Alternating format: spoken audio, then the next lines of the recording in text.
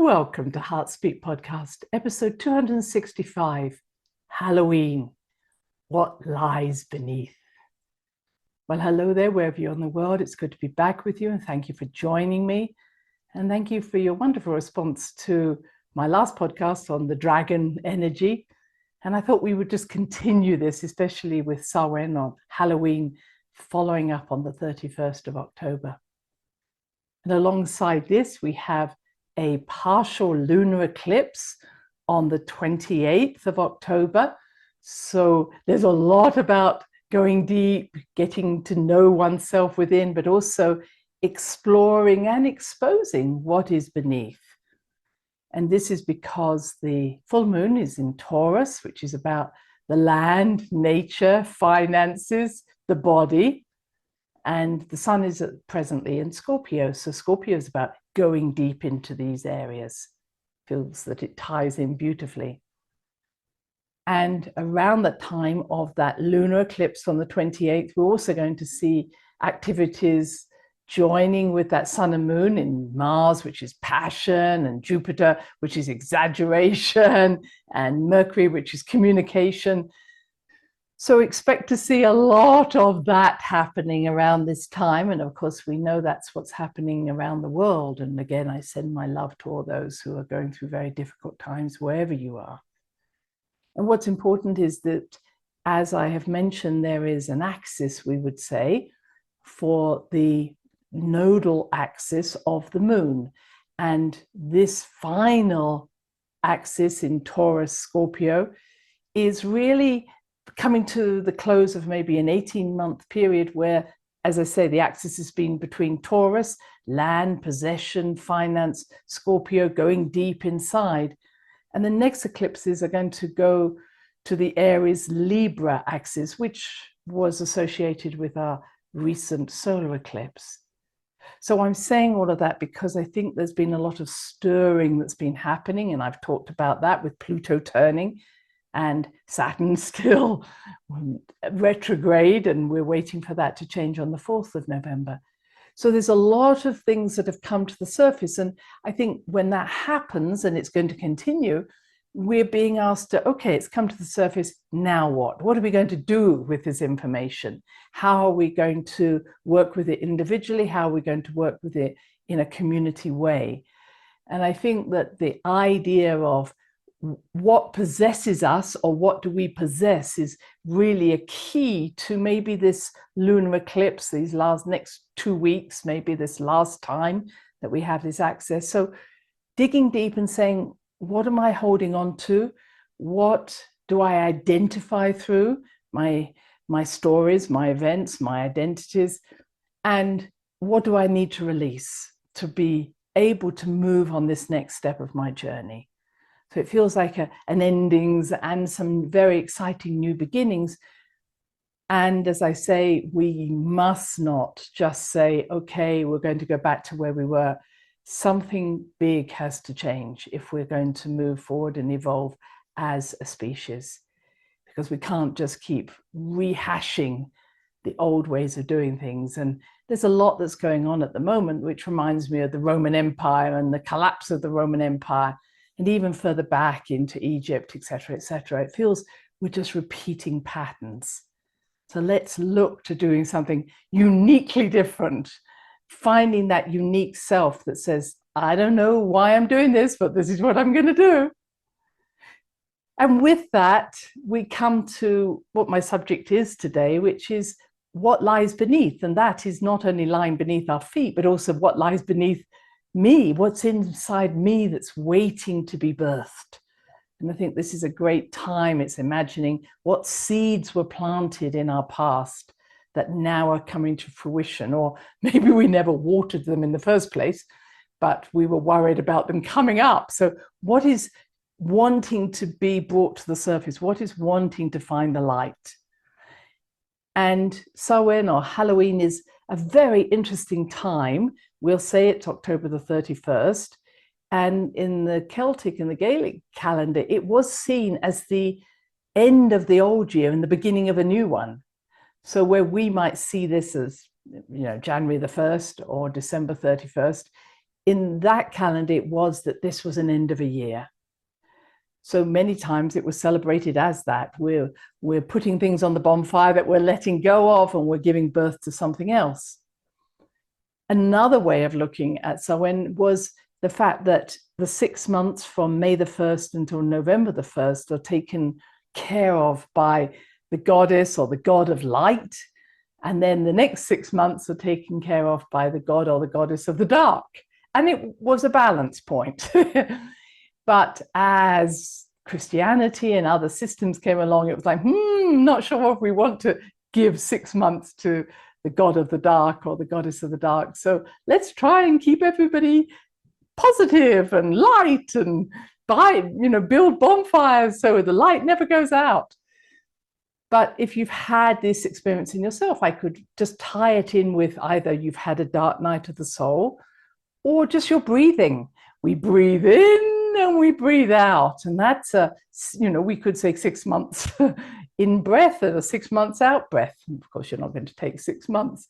But what I'm suggesting that everything in our body is based on this cycle of allowing the same amount of time for the in-breath as the out-breath, same amount of time for the heart to contract and to relax. And when we're out of balance and we don't give ourselves time to rest, then we get irregular heartbeats, so we get tired, we get exhausted, and our body says, okay, slow down, we're going to do something here. So 6 months is a long period of time, but let's just say you were very active between May the 1st and November the 1st. Now you've got 6 months to relax, but also to go within, to harvest what it is that you've been doing for these 6 months, to bring that harvest to your heart, to re-engage with yourself, regenerate yourself. And then May the 1st, you come out again and you're ready to be born.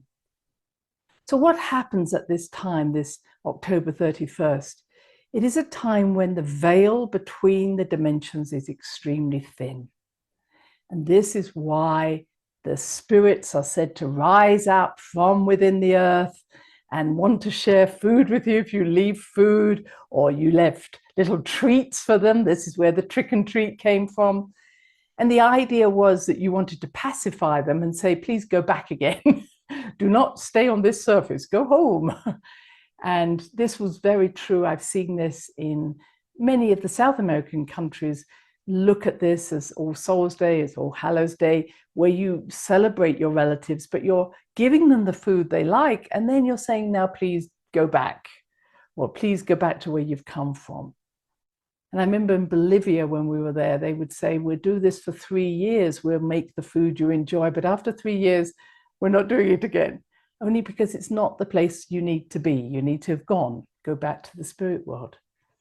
So this idea of spirits being able to come and walk amongst us at this time was the very reason why people would dress up as ghouls and ghosts and things that go bump in the night. Because if you dress like the spirits, they wouldn't see you, and therefore they wouldn't try and take you into the underworld. This was the theory. So this is why people dress up as ghosts, etc. Of course, it's all gone far beyond that. I'm not sure if the ghouls and ghosts and spirits recognize Superman or Superwoman or whatever it is people dress up as something that they would recognize in the underworld and therefore leave it alone.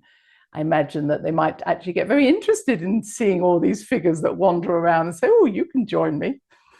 But putting aside all of that, the idea was that you would really try and dress so that they wouldn't notice you. And sometimes you would leave a little treat and you were hoping that they wouldn't trick you into following them. That was really the trick and treat. And often a bonfire was lit, but that bonfire represented, let's keep the fire alive so that the sun never goes down, the fire is there. And that's where the idea of lighting a lantern and having a fire inside it came from. That idea of let's make sure we keep the fire going during the winter. So you take a piece of that fire back with you into your home. And the bobbing for apples or whatever you did with apples was all apparently about magic, because apples are always connected to the pentagram, the idea of magic. But again, twisted into being a fertility rite. Would you meet someone you liked or not? There we go. We always change a lot of the very old-fashioned ideas and make them more modern. But it took me into a world of saying, okay, what is beneath? What do we know about this world beneath? And it takes us into the world of fairies and elves and dwarfs, but also many other types. And I thought I would just share some of those with you. So we have the Tuatha in Ireland, who are the people who are often called the fairy people. And the story was that they were in battle with another group, and they eventually decided they weren't going to continue the battle, or you could say they lost the battle, and they went into the earth. And so when you're traveling around Ireland, you often see fairy forts or fairy mounds or groups of trees where the Tuatha are said to rise and fall or come through there. And sometimes, of course, they say they're going to take something away from the earth and take it into their underworld. Of course, we've got all those stories. When someone gets pregnant, oh, well, let's blame the fairies. Whatever happens, we've got someone else to blame. But the fact of the matter is that these, what they call the She, the little people, the fairies, are very much part of that culture. And the culture calls it the Otherworld, not the underworld, but the Otherworld. And this is where these individuals live. And then we have the Menui from Hawaii. And here they're said to be small people who come out of the earth at night and build walls and build different structures and then disappear back into the earth again. And there are many stories of small people or giants who appear and then disappear again. And it is said that the Anunnaki, you may have come across the Anunnaki, they always seem to be said to be light beings, but they're also said to be giants. And they're said to live in the mountains or live in the underworld, waiting to emerge at some time. And I think we can be clear that there are many beings who live in the other world, many of whom will have gone there at times of disaster on this planet. Because if we think about it, if, let's say, there was huge flooding, something happened on the surface, you would either go high and maybe into the mountains, and then you talk about Shangri-La, or you go deep into the caves and into the tunnels, and then even deeper. And they seem to be the obvious solutions. And even today we hear of people prepping to go into a cave or into a corridor. But what I'm aware of is that these beings who live within the earth and who are using the dragon power I talked about before are often very deep down. And I think there are many layers, and this is how the Maya saw it, was there are many layers down. And so even if you were 1 or 2 layers down, you wouldn't know the people who lived on a deeper level. And I think about the Hypogeum in Malta. Some of you may have visited this place. And there are many stories about there being many layers. Hypogeum means under the earth. And if you go to the Hypogeum, you're going down into the earth, and there are initiation chambers there that a certain sound or a certain tone will change your awareness, help you to evolve. But there are stories of people who in the ancient times, or I shouldn't say ancient times, maybe 100 years ago, actually found a way through to the even lower levels than you're allowed to go into today. And there's a story about a teacher who, or no, it wasn't. The teacher went down with a group of children, and the children were never seen again. And there's legends of the children being heard, the cries of the children being heard by their parents. But I also heard another story about a woman and her friend going there and being taken to this place very deep, and they saw this passageway, and they said to the guide, you know, can we go down there? And he said, well, you're not really allowed, but hey, you can, you know, let's go quickly. So she gave her friend, I think it was like a scarf to hold, And that she then went through the passageway and came out on a ledge. And as she is on this ledge, she sees all these beings even lower down than she is, on different ledges, on different shelves, and they are seeing her. And she doesn't describe them as friendly beings. She sees them as fairly scary. She tugs on the scarf and says to her friend, pull me back, pull me back. And the friend pulls her back, and she doesn't talk about it for a while, but then she writes about it. And then a few years later, she goes back there and she says to the guards, you know, where is, let's say, Stefan, who helped us? And they said, we've never had a Stefan tell us this, or we've never had a Stefan here. And so whoever it was that guided her to see that gave us the chance to know what was beyond, what's deeper. And this, much of this is now hidden by the Maltese government or the tourist part of Malta, who really don't want to talk about these deeper levels, and why it is that there have also been skulls found there in Malta that don't have what we call a sagittal suture, central suture, or why they found rows of teeth, two rows of teeth in one mouth. And there are so many things around the world that don't make sense, but nobody wants to talk about them. And if you ask about it, you're either blanked or seen that we don't know that exists. So there are things beneath the earth in those ways. Within the mountains, within the hills, we know that there are different insect type of beings. The ant people believe they come out from the ground. Now, this is in the area I live in, the Four Corners. Now, this doesn't mean they're ants. It was just that that's how they were described, because it made sense of why, especially the Hopi and Navajo, believe you emerge from the earth and are born into the earth from below, not from above. So these are different stories that I hope that you will start to look at your own mythology and wonder what's going on. It reminds me then of taking myself to places where there was awareness of this need to go into the underworld. A place called Cuenco in just outside Cusco, up by Sacsayhuaman. And there's a place that some of you may have visited.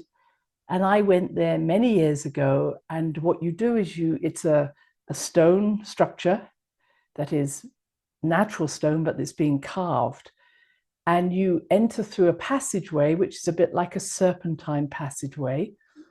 And then you enter into this cavern. And there you see 3 steps up to what looks like a bed or a throne. But behind that is a deep impression into the earth. It enters into the underworld. And as it was described to me, was that you take 3 steps to go up. This is an Inca tradition. So you step up, you become whole, and you say, look, I'm on my throne, I've become the sovereign. But that's only part of the journey. And then you have to go into the underworld to find yourself truly, which is, again, something connected with Samhain or Halloween. And what was interesting the last time I was there, they'd actually changed around the structure so that instead of going through this sort of serpentine pattern, you were forced to go into the exit and out the wrong way. So you went in by the exit and went out by the entrance. And this is something I've seen many times, where an initiation, a site where you could get insights into those deeper levels, were confused by those who don't want us to see what's going on. So I was then down in a wonderful place. It's an underground city in Turkey. Some of you know, Goim. And I was very fortunate to be with someone who had this amazing voice and was able to play a beautiful drum in a very special way. And even though we were being ushered along, don't stop, keep going, we found this little place in the cave where we could actually just stop and listen to the music and look at the drums. And what was interesting is these wonderful musicians started to play and to sing. The orbs, and they are like white with flashes and balls, just flew across the cameras. We all caught these images. And as I tapped into these beings, because an orb is very much connected to something that is coming up, or it's like a multi-dimensional, it's a coming from another dimension. We only see the light, we don't see the whole being. So they're showing just this light energy because they are multi-dimensional beings. And I asked, why are you showing yourself? And they said, we are so deep into the earth and we can't actually be bothered with humans because the human species is still on a very unevolved level. But this beautiful music is bringing us to the surface and we want to listen to it. And it gives us hope that humanity is changing. And I thought that was just a fabulous message. And just to complete, let me give you a couple of other examples I've had. I remember going to a place where I could see this figure, this female figure, actually tied to a pole. Now, the pole wasn't there anymore, nor was the woman, but this was through my inner insight. I could see this. And why I'm saying this, that this is the realm that some of you may know about as ghosts. So sometimes where you are shocked or something traumatic happens, even though your soul leaves, your etheric body stays in that place, and it can be seen hundreds of years on. So here this poor lady had been locked into this place because she had been killed, and I could see her etheric form as if I could see her physical form, but she had long gone. And what was interesting is that we were going to this place, as it's a very sacred place on the North Island of New Zealand, and my travel agents, my tour guides were saying, oh, come over here, coming over here. Okay, this is what we need to look at. And I'm in my usual way saying, but what about that woman hanging from the pole? What do we need to do about her? And of course, in the usual way, people said, thank you, Christine, this is not true. You're on your own here. And that never bothers me. And I walked over to where I could see this pole and this woman, and I sent prayers to release her soul, or to release the etheric body back to the soul. And I saw the energy dissolve. And of course, I did mention it to the tour guide, and they said, no. And yet when I left there happened to be a book that was written about this place that talked about how in more modern times, and I'll say 500, 600 years ago, and there had been sacrifices. And this had been a very ancient site, but there had been sacrifices at that time. And I think this is what I find, is that either I see something and I know that I can do some work there, or I see something and it becomes real for me. And this is really my interest, that I am not interested in trying to convince someone else what I see, and I hope you're not. It's work with what you see. So we have ghosts, we have spirits, you might say, who are still caught up in the net, still unable to move towards the light. Some of you may have come across some people like that, or beings like that. And this reminds me of a place called Douth, which some of you may know, outside Newgrange, or near Newgrange in Ireland. And this was an amazing time, because the day we visited, there was a hurricane, well, the end of a hurricane passing through Ireland. It was strong enough to knock down trees. And at that time, even the people going into Newgrange were being told, I don't know if you can go in because it's just too chaotic and we're scared for your safety. But because I had already been to Newgrange, I thought, okay, I'm going to go to one of the other sites that are there, and this one's called Douth. And it is about, Douth is darkness. And when I was there and the wind is blowing, I was instructed by my spirit guides to go to a place where there were stones. And I was told, lift the stones. And I lifted the stones out of this hole. And I can't say the hole went into the underworld, but it was a hole.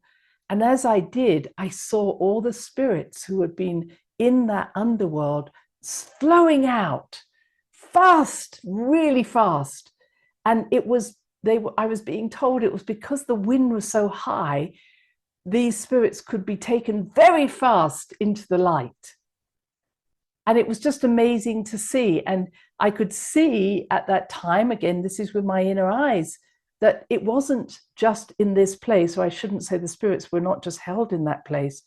I could see spirits coming from all over the world because they suddenly saw this light source. As I was clearing these stones, there was a light shining and they came towards it and went out through the hole.